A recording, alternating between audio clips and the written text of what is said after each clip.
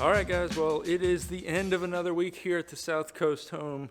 Coming to take a quick look at what all we got done this week. It was a little bit slower week from the aspect of just mass volume of work getting done, but it was a highly productive week. So the main hitters this week, as you can see behind me, we got some windows installed. Super pumped about that. The plumber was out doing more rough-ins and correcting some drain line locations. And we got some focused work done on some air sealing details and addressing some areas that we need to come back and hammer a little bit harder on the air sealing.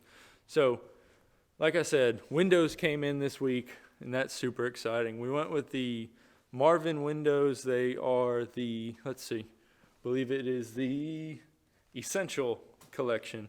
As you can see, the white interior finish, and on the outside, the gray finish.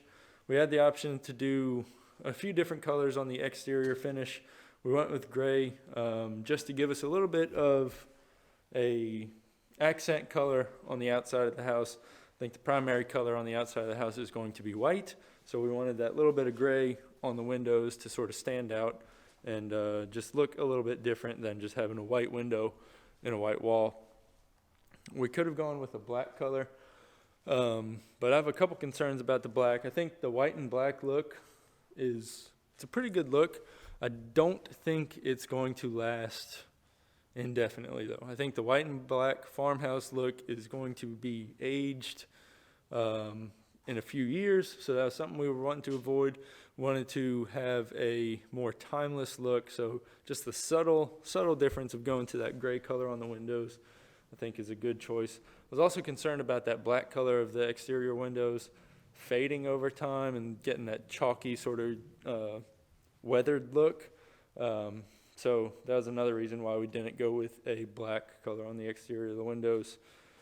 Let's see, what else? The plumber, like I was saying, he got a bunch of the rough-in stuff done. The rough-in valves for the showers, some of the showers are done, and I believe all of the corrections they had to make to the drain lines where they didn't quite hit the right dimension coming up through the concrete. They got those fixed, so they came out, chipped the concrete out, put elbows to get the drain lines to come up through the wall cavity, and they'll have to come back and patch up that concrete. We also got the rest of the air sealing details sort of worked out. We haven't completed all of the air sealing. There's still a couple spots that we have to get in with like a froth pack foam kit or something of that sort to really tighten up some corners, especially here on this back porch, where this back porch framing sort of meets the main house up in those corners. That's going to be our biggest headache for air sealing. But we took the time, went around the house, and found all the spots that need some extra attention on the air sealing. But aside from that, it was a good week. Not a whole lot of framing. Most of the framing's already complete, and it looks really good. One thing we did figure out this week is we got some work to do on this fireplace framing. So this was an oversight on my part during design. Basically, we have it designed to where the fireplace is just flat against this back wall.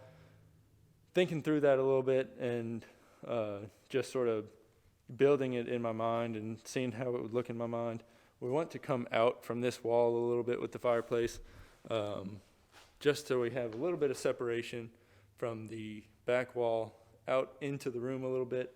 And then in that area that we bring it out, we're going to do an accent finish on that area. I think we're going to do maybe some tongue and groove paneling and then paint it a nice bold accent color. Shout out to Mrs. South Coast who came up with the idea of the bold accent color on that. We'll see what color that is whenever we get to interior painting. But that means that this LVL here has to move up so that fireplace can come out and we can still get the chimney up and out without impinging on any of the required clearances. So that's a hurdle we have ahead of us. We're going to I think we're going ahead and buying the fireplace insert, all the chimney pipe. We're going to get it all here, get the framer here, and get the fireplace installer here, and sort of all work together, come up with a plan of what needs to be reframed, what needs to be added, and just to make sure we can get that chimney pipe up and out of the house, maintain all our proper clearances so it's a safely functioning fireplace. We're going to do a real wood fireplace here with basically a propane gas fire starter. Just one of the things that was definitely high on my list of not really a need, but major list on the wants for this house for me was an actual wood burning fireplace. Just something about it. Wanted to have one. So we're jumping through the hurdles now so we can have years of awesome fires during the winter. But aside from that, things are rolling. I'm excited. Everything's looking good. These windows are killer. Super glad we went with the Marvin windows. They look great. They have good energy ratings. All that sort of stuff is fantastic. We're going to wrap this one We are going to wrap this one up here. I hope y'all have a good one. We'll catch you next time down here at the South Coast Home.